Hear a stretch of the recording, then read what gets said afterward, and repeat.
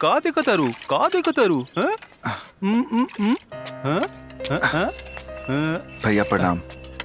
अरे अभय ई का भइल? देवा से थुराइल बाड़न, मजनू बना के भूत सवार रहल ना, उतार देलन। ए चुपचाप अपन काम कर, मुंह बंद रख। अभय गुस्सा मत करा, प्यार कइले बाड़ा त हिम्मत रखा। अरे हमार बहिन भाग गई, का कर पैनी हम? ओकर लड़की के अपन सीना से लगा के रख ले बानी। एक बात जान ला, प्यार कर ले हवा तो कुल करे के पड़ी, सब झेले के पड़ी। देखो बड़ भाई होके के नाते हम तोके समझावता नहीं, हम तोरा साथे बानी। कौनो जरूरत हो हमरे पास बेझिझक आवा, समझला? हाँ। अरे ले आओ चाय पियाओ। जी अच्छा। ए सीमा, माने के ही पड़ी मजनू के का कुछ तो बात बाई मजनू में लगता तो हर प्यार में शहीद होके ही मानी। क्लास खातिर लेट होता चला। हाँ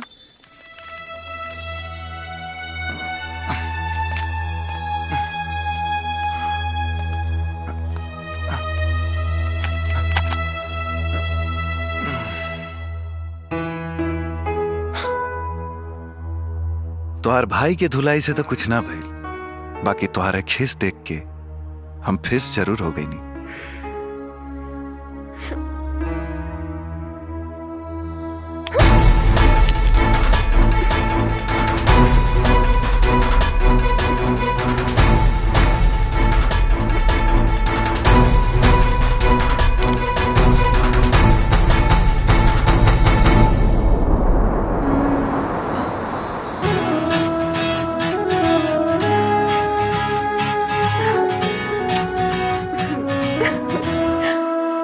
चक्कू छुरी धार लगवाला,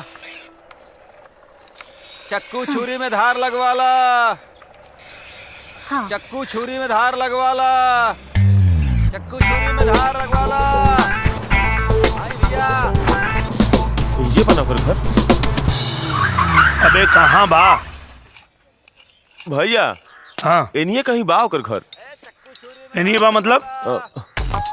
ए भैया घरवा तो सब एक ही जैसा लगता हो, लेकिन इतना मालूम है कि एनिए बा कहीं। तो ये नहीं के पता कौन है? एक काम कर सन, हाँ? पता लगा सन तो ले, मेरे को सिगरेट पी लेता नहीं। ठीक बा भैया, चलो हो चलो चल चल भाई, जा जा। चलो चल चल चलो धार लगवाला चक्कू छुरी में। अरे हाँ माचिस बा ना लेके आओ।